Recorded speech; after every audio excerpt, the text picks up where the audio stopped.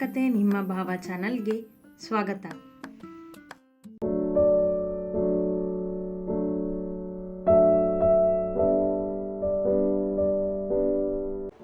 Jeep ಸ್ಟೇಷನ್ನಿನ gate ದಾಟಿದಾಗ inspector mobile ring ಆಯಿತು. ರಿಸೀವ್ ಮಾಡಿದವ ಹಲೋ ಹೇಳಿ ಯಾರು ಎಂದ. ನಾನು ಮೈಸೂರಿನ ಶಾಸಕ ವಿಜಯ್ ಕುಮಾರ್ ಮಾತಾಡ್ತಿರೋದು ಎಂಬ ಗಟ್ಟಿ ಧ್ವನಿ ಆ ಕಡೆಯಿಂದ. ಸರ್ ನಮಸ್ತೆ ಸರ್, ಹೇಳಿ ಸರ್, ಏನು ನೀವು ಕರೆ ಮಾಡಿದ್ದು ಎಂದ ಹೆದರುತ್ತಾ. ಅವನ ಧ್ವನಿಗೆ ಭಾರ್ಗವನ ತುಟಿಗಳಲ್ಲಿ ನಗು ಮೂಡಿತು.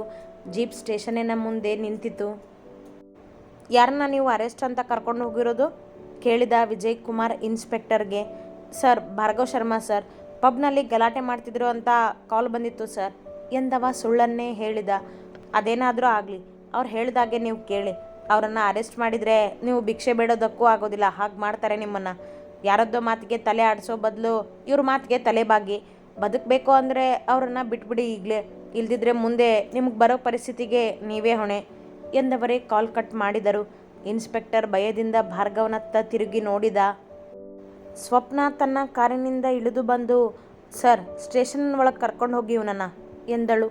ನಗುತ್ತಾ ಕುಳಿತಿದ್ದ ಭಾರ್ಗವ್, ಎಸ್ ಮಿಸ್ಟರ್, ಹೇಳಿದ್ದೆ ತಾನೆ ಸ್ಟೇಷನ್ ಮೆಟ್ಲು ಹತ್ತೋದಿಲ್ಲ ನಾನು ಅಂತ ಎಂದ ಅವನತ್ತ ನೋಡದೆ. ಸ್ವಪ್ನಳ ಮಾತಿಗೆ ಲಕ್ಷ್ಯ ಕೊಡದ ಇನ್ಸ್ಪೆಕ್ಟರ್, ಸರ್ ಯಾರು ನೀವು? ಶಾಸಕರು ಕಾಲ್ ಮಾಡಿ ಮಾತಾಡಿದರು ಸಣ್ಣ ಧ್ವನಿಯಲ್ಲಿ ಭಯದಲ್ಲೇ ಕೇಳಿದ ಹೆದರುತ್ತಾ. ನನ್ನ ಬಗ್ಗೆ ತಿಳ್ಕೊಳ್ಳದೆ ತಪ್ಪು ಮಾಡಿದ್ಯಾ ಅಲ್ವಾ, ಇನ್ಮೇಲಿಂದ ತಿಳ್ಕೊ ಅವನತ್ತ ನೋಡಿ ಎಂದ ಭಾರ್ಗವ್ ಅವನ ಬಳಿ ಇದ್ದ ತನ್ನ ಫೋನ್ ಕಿತ್ತುಕೊಂಡ.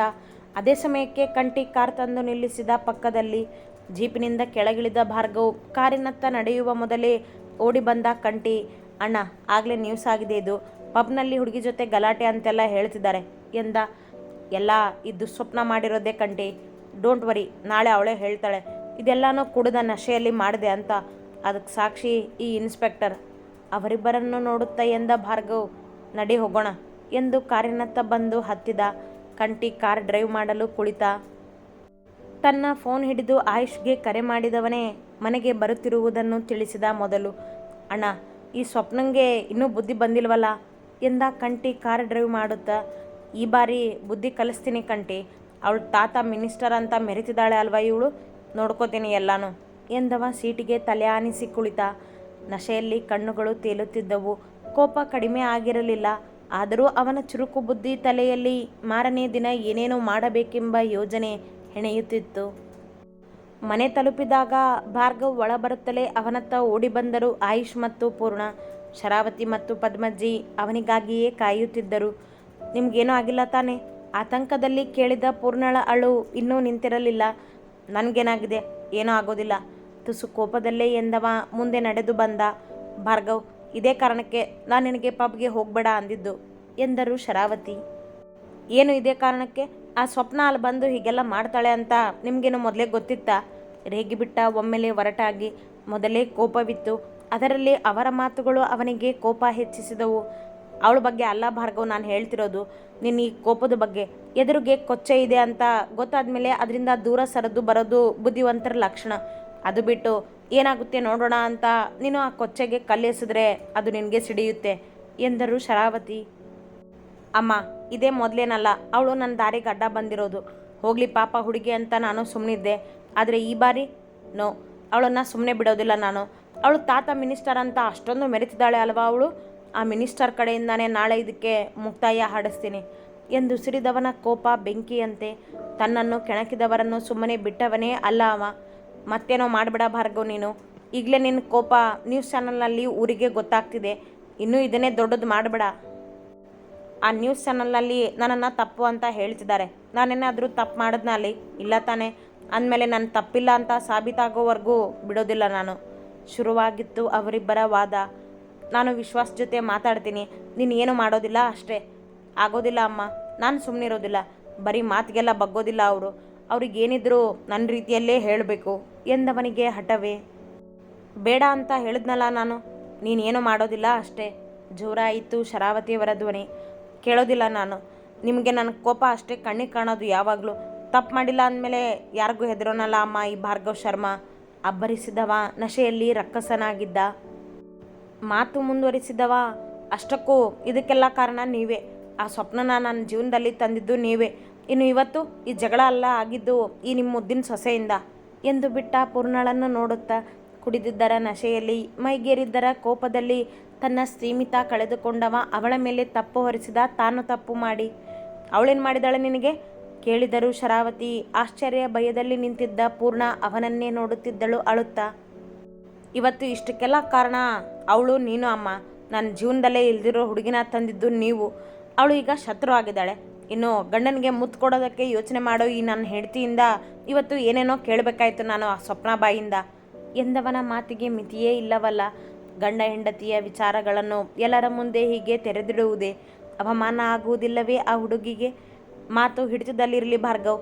ನಮ್ಮಿಬ್ಬರ ಪರ್ಸನಲ್ ವಿಚಾರಗಳನ್ನ ನೀವು ಎಲ್ಲರ ಮುಂದೆ ಹೇಳೋ ಹಾಗಿದ್ರೆ ಪೂರ್ತಿ ಸತ್ಯನ ನಾನು ತೆರೆದಿಡಬೇಕಾಗುತ್ತೆ ಎಂದಳು ಪೂರ್ಣ ಧೈರ್ಯದಿಂದ. ಅವನ ಹಠಕ್ಕೆ ತಪ್ಪಿಗೆ ಎಂದು ತಲೆಬಾಗದ ಹುಡುಗಿ ಅವಳು. ಇನ್ನು ಅವ ಹೀಗೆ ಎಲ್ಲರ ಮುಂದೆ ಅವಮಾನ ಮಾಡಿದಾಗ ಸುಮ್ಮನಿರುವಳೇನು? ಏನು ಹೆದರ್ಸಿದ್ಯಾ? ಏನು ಹೇಳ್ತೀಯಾ ಎಲ್ಲರ ಮುಂದೆ ನೀನು? ಹೇಳೋ, ಅದೇನು ಹೇಳ್ತೀಯೋ ನಾನು ಕೇಳ್ತೀನಿ ಎಂದ ಅವಳ ಮುಂದೆ ಬಂದು ನಿಂತು ಅವಳನ್ನೇ ಕೋಪದಿಂದ ದಿಟ್ಟಿಸುತ್ತಾ. ಅವನ ಒರಟುತನ ಸಹಿಸದೆ ಅವನನ್ನೇ ನೋಡಿತು ಹುಡುಗಿ. ಹೇಳೋದಕ್ಕೂ ಧೈರ್ಯ ಬೇಕಲ್ವಾ ಎಂದ ತೀರಾ ಕಟುವಾಗಿ ಅವಳನ್ನೇ ನೋಡುತ್ತಾ. ಭಾರ್ಗವ್, ನಿಮ್ಮಿಬ್ಬರು ಮಾತನ್ನ ಎಲ್ಲರ ಮುಂದೆ ಹೀಗೆ ಮಾತಾಡಬಾರ್ದು ಎಂದರು ಪದ್ಮಜ್ಜಿ. ಇಲ್ಲ ಅಜ್ಜಿ, ಅವಳೇನೋ ಹೇಳ್ತಾಳಂತೆ, ಹೇಳಿ ಬಿಡಿ ಎಂದವ ಪೂರ್ಣಳನ್ನು ನೋಡುತ್ತಾ. ಹೇಳು ಪೂರ್ಣ, ಏನು ಹೇಳಬೇಕಿತ್ತು ನೀನು ಎಂದ. ಅಣ್ಣ, ಇದನ್ನೆಲ್ಲ ಬೆಳಗ್ಗೆ ಮಾತಾಡೋಣ, ನಿನ್ನ ಮಲಗು ನಡಿ ಎಂದ ಆಯುಷ್ಗೆ. ಅವನಿಗೆ ನಶೆ ಏರುತ್ತಿದೆ ಎಂಬುದರ ಅರಿವಾಗಿತ್ತು. ಅವನ ಮಾತಿಗೆ ಕಿವಿ ಕೊಡದ ಭಾರ್ಗವ್, ನಿನಗೆ ಹೇಳೋದಕ್ಕೆ ಧೈರ್ಯ ಇಲ್ವೇ ಶುಗರ್ಲೆಸ್? ನಾನು ಹೇಳ್ತೀನಿ ಕೇಳು. ನಾನು ನಿನಗೆ ಮುತ್ತು ಕೇಳಿದೆ, ನೀನು ಕೊಡಲಿಲ್ಲ. ಅದನ್ನೇ ಬೇರೆ ಹುಡುಗಿಂದ ತಗೋತೀನಿ ಅಂದೆ. ಅದನ್ನು ಆ ಸ್ವಪ್ನ ಕೇಳಿಸ್ಕೊಂಡು ಇಷ್ಟೆಲ್ಲ ರಾದ್ದಾಂತ ಮಾಡಿದ್ಲು. ಅಂದಮೇಲೆ ಇದಕ್ಕೆಲ್ಲ ಕಾರಣ ಯಾರು ಈಗ? ನೀನೇ. ಗಂಡನಿಗೆ ಒಂದು ಮುತ್ತು ಕೊಡೋದಕ್ಕೆ ಎನ್ನುತ್ತಿದ್ದವನ ಕೆನ್ನೆಗೆ ಚಟಾರ್ ಎಂದು ಬಾರಿಸಿಯೇ ಬಿಟ್ಟರು ಶರಾವತಿ ಯೋಚಿಸದೆ. ಕೆನ್ನೆ ಹಿಡಿದ ಭಾರ್ಗವ್ ಅವರನ್ನೇ ನೋಡಿದ. ಇನ್ನೊಬ್ಬರ ಭಾವನೆಗಳೇ ಅರ್ಥ ಆಗೋದಿಲ್ಲ ಅಲ್ವಾ ನಿನಗೆ? ಗಂಡ ಹೆಂಡತಿ ವಿಷಯನ ಹೀಗೆ ಎಲ್ಲರ ಮುಂದೆ ಮಾತಾಡಿ ನೀನು ಅವಳ ತಪ್ಪನ್ನು ಹೇಳ್ತಿಲ್ಲ ಭಾರ್ಗವ್. ಅವಳಿಗೆ ಅವಮಾನ ಮಾಡ್ತಿದ್ಯಾ. ನಿನ್ನ ತಪ್ಪನ್ನು ಎಲ್ಲರ ಮುಂದೆ ನೀನೇ ಹೇಳ್ಕೊತಿದೀಯಾ ಎಂದರು ರೋಷದಿಂದ. ಅವರ ಕಣ್ಣಲ್ಲೂ ನೀರಿತ್ತು ಮಗನ ಈ ಅವತಾರಕ್ಕೆ. ಪೂರ್ಣ ಅಳುತ್ತಾ ಮೆಟ್ಟಿಲೇರಿ ಬಿಟ್ಟಳು ನಿಲ್ಲದೆ. ಅಣ್ಣ ಬಾ ನೀನು ಎಂದ ಆಯುಷ್ ಅವನ ಕೈ ಹಿಡಿದು ಬಲವಂತವಾಗಿ ಅಲ್ಲಿಂದ ಕರೆದುಕೊಂಡು ಹೋದ ಅವನನ್ನು. ಪದ್ಮಜ್ಜಿ ಶರಾವತಿ ಕೋಣೆಗೆ ನಡೆದರು. ಅಲ್ಲಿಯೇ ನಿಂತಿದ್ದ ಅಮೃತಾಳಿಗೆ ಮಾತ್ರ ಹಾಲು ಕುಡಿದಷ್ಟು ಸಂತಸ. ಈ ಸ್ವಪ್ನ ಏನು ಮಾಡ್ತಾಳೋ ಅಂದ್ಕೊಂಡಿದ್ದೆ, ಆದರೆ ಅವಳು ಬಿಟ್ಟು ಬಾಣ ಸರಿಯಾಗಿ ನೆಟ್ಟಿದೆ ಇಲ್ಲಿ.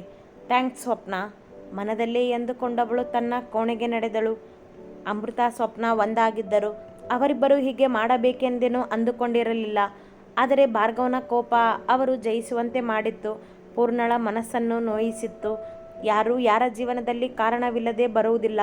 ಯಾವ ಘಟನೆಯೂ ಕಾರಣವಿಲ್ಲದೆ ನಡೆಯುವುದಿಲ್ಲ ಅಲ್ಲವೇ? ಅಂದ ಮೇಲೆ ಈ ಘಟನೆ ನಡೆದಿದ್ದಕ್ಕೆ ಕಾರಣ ಭಾರ್ಗವನ ಗತ ಜೀವನದ ದಿನಗಳು ಪೂರ್ಣಳಿಗೆ ತಿಳಿಯುವುದಕ್ಕೇನು? ಅಥವಾ ಅವರಿಬ್ಬರ ಪ್ರೀತಿ?